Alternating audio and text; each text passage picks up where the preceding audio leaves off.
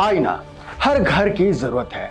अमूमन हम सभी बाथरूम के अलावा घर के कई हिस्सों में मिरर को लगाना बहुत पसंद करते हैं। मिरर न केवल घर की खूबसूरती को बढ़ाते हैं बल्कि ये रोशनी को भी बहुत अत्यधिक रिफ्लेक्ट करते हैं और घर को बड़ा दिखाते हैं। मिरर को लोग बाथरूम के अलावा अपने बेडरूम में लगाना भी बहुत पसंद करते हैं। बेडरूम में अक्सर तैयार होते समय मिरर की जरूरत पड़ती है।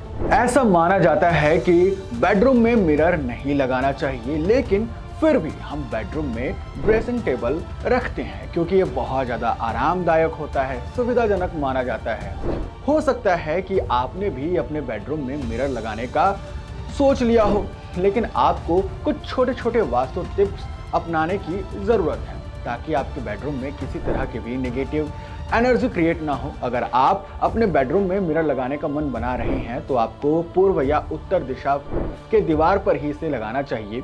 याद रहे, दक्षिण या पश्चिम दिशा की दीवार पर मिरर लगाने से कमरे में नेगेटिव एनर्जी जो है वो क्रिएट हो जाती है।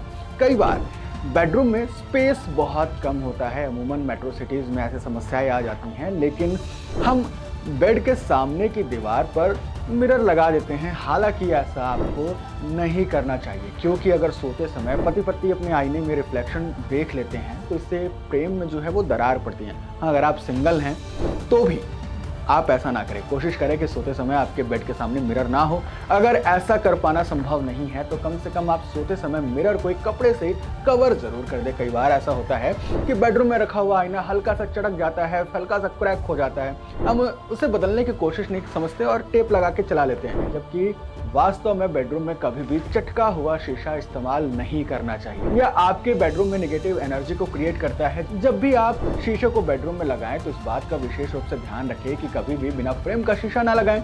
शीशे का फ्रेम लगने का अर्थ है कि हर चीज लिमिट में रहे, कुछ भी अपनी सीमा से बाहर ना करें। अगर आपके बेडरूम में लगा हुआ शीशा आपने ड्रेसिंग टेबल के रूप में रखा है तो इस बात का ध्यान रखें भैया कि उसमें किसी भी बेकार तरीके का सामान टूटा हुआ ना हो, जैसे कि नेल पॉलिश, बेकार कागज व अन्य चीजें नहीं होनी चाहिए। ये सभी चीजें नेगेटिविटी क्रिएट करते हैं।